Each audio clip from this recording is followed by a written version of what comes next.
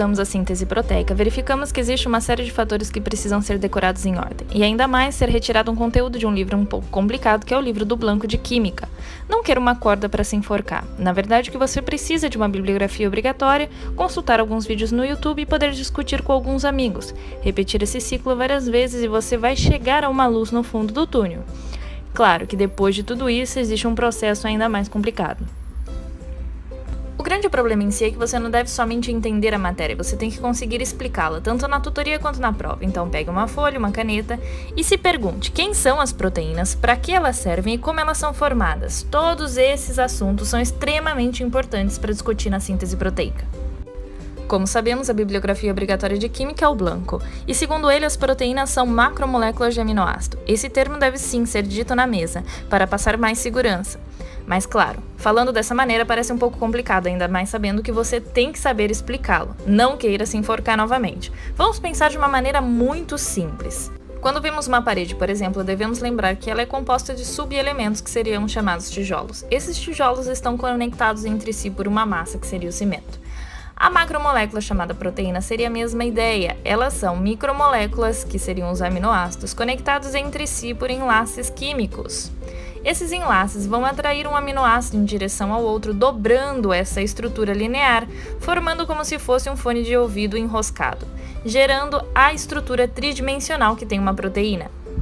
Por que seria de suma importância entender a síntese proteica? Bom, vejamos, por exemplo, para que servem as proteínas. Ela tem funções estruturais. Ela pode compor a parede das células, ela pode compor um fio de cabelo, assim como pode compor os músculos. Ela compõe várias estruturas do organismo. Ademais, ela pode ser uma enzima, por exemplo. As enzimas catalisam diversas reações no organismo e são de suma importância. Ela também pode ser, por exemplo, um transportador, como dentro das hemácias transporta oxigênio e CO2. Sabendo então que a proteína tem diversas funções no organismo, temos que pensar então que a diminuição das concentrações de proteínas no organismo, seja por aumento da sua excreção, aumento da sua degradação, ou diminuição da ingesta ou diminuição da formação de proteínas no corpo, vai gerar um indivíduo enfermo, e na medicina não é isso que queremos. Por isso, a grande importância de entender sobre as proteínas. Como se faz? Através da síntese proteica. E onde? Ela é realizada na célula. Uma parte realizada no núcleo e outra parte realizada no citoplasma. Fazer uma síntese proteica é como fazer um bolo. Precisamos dos ingredientes e, claro, precisamos saber como se faz. Quando falamos onde dissemos célula, temos que saber que a célula é composta por uma parede lipoproteica, que ela está composta também por um núcleo que separa o DNA dos outros elementos no citoplasma e tem organelas dispersas e transportadores. Precisamos agora olhar para o DNA, sendo o nosso livro de receitas para síntese proteica. Ele, para ser lido, necessita ser aberto. Depois, deve-se encontrar o setor onde está a receita. Essa região é chamada Tata Box. Aqui, a enzima ARN polimerasa reconhece o seu ponto de partida e pode realizar a transcrição, produzindo o ARN mensageiro.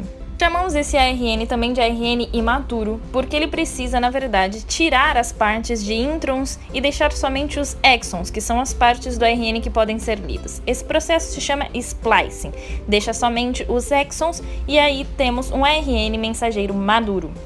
Agora, esse ARN maduro precisa sair para o citoplasma, mas primeiro precisa ser protegida com uma cola poli-A e um 7-GTP em suas extremidades para não ser degradado por enzimas que estão no citoplasma. Ele sai em direção ao citoplasma para encontrar com as subunidades maiores e menores dos ribossomas. E assim o RNA mensageiro vai se encaixando no ribossoma e trazendo também a informação ao qual o RNA de transferência, ou em português transportador, deve encaixar um aminoácido correspondente.